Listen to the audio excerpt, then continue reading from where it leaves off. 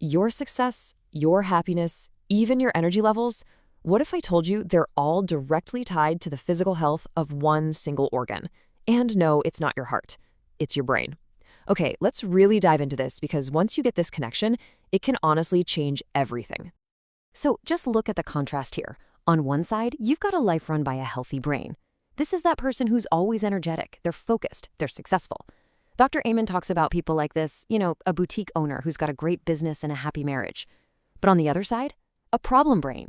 And that leads to a life that's just inconsistent, moody, indecisive, anxious.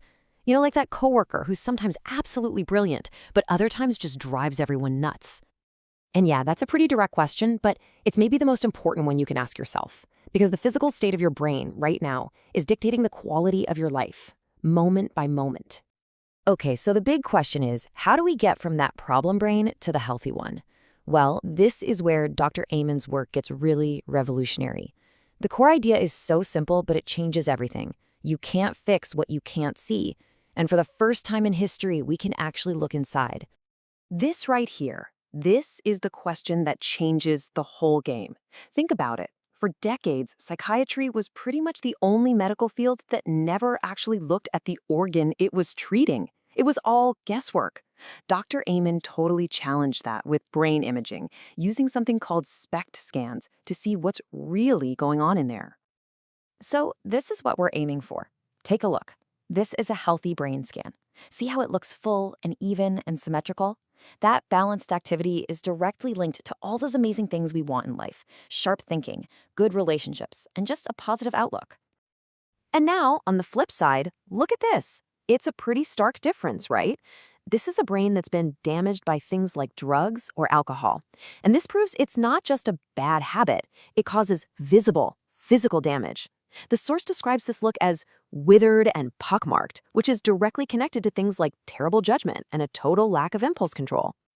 And for anyone who's ever been told their anxiety is all in their head, well, it is, but in a very real physical way. This scan here shows a brain that's just in overdrive.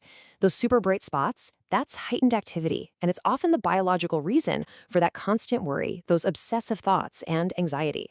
But here's the great news. When you can see it, you can start to target it. So now that we know we can actually see the brain's health, the next logical question is, what are the things in our daily lives that are actively messing it up?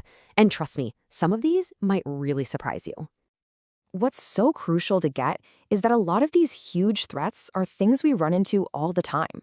Dr. Amen really emphasizes that even minor head injuries, the kind of things we might just shake off, can have serious, lasting effects.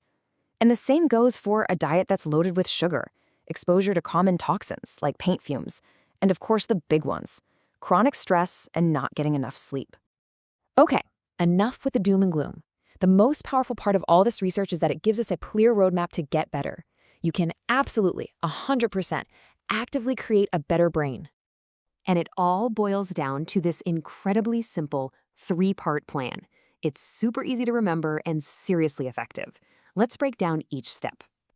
All right, step 1 is the most basic, but it's also the most critical. You have to prevent damage. Your brain is incredibly soft. We're talking the consistency of soft butter. And your skull actually has all these sharp, bony ridges inside. So even a small hit can cause a lot of damage. This means the basics really, really matter. Wear your seatbelt, use a helmet, and maybe think twice about sports with a lot of head contact. It's just non-negotiable for brain health. Step 2 is all about fuel. What you put in your mouth directly becomes your brain's building blocks. So you want to think of foods like salmon, avocado, walnuts, and blueberries as your brain's absolute best friends. On the flip side, sugar, fried foods, and all that processed stuff, they're the enemies. Every single meal, you're making a choice for your brain. And finally, step 3, you gotta work it out. This means physical exercise and mental exercise. But get this, Dr. Amen's research points to one specific sport that stands way above the rest for its incredible brain-boosting power. Any guesses when it is? Table tennis. I know, it might sound a little surprising, but just think about it for a second. It's super aerobic, so you get your heart pumping. It demands incredible hand-eye coordination, and it forces you to use all these different parts of your brain for complex, split-second strategic thinking. It's literally a total brain workout in one game. But hey, working out your brain doesn't always mean you have to break a sweat. Mental novelty is key. The simple act of learning one new thing every single day, like a new word, forces your brain to build new connections. It keeps it sharp, flexible, and young. So you've got all this information. Now what? Where do you even start? Well, Dr. Amen suggests a really simple, focused challenge to build that initial momentum and create habits that actually stick. Just 15 days. That's it. That's the mission. For 2 weeks, you go all in. You commit to protecting your brain, feeding it right, and working it out. Look, the goal isn't to be perfect forever. It's about giving yourself a powerful jumpstart. And by the end of that short time, you can feel a really remarkable difference in your focus, your mood, and your energy. And that pretty much brings us to the end. The power is literally in your hands now. You've seen that your brain's health is a physical thing, and you have the tools to change it for the better. So the only question left is the one right there on the screen. What's going to be the first thing you do?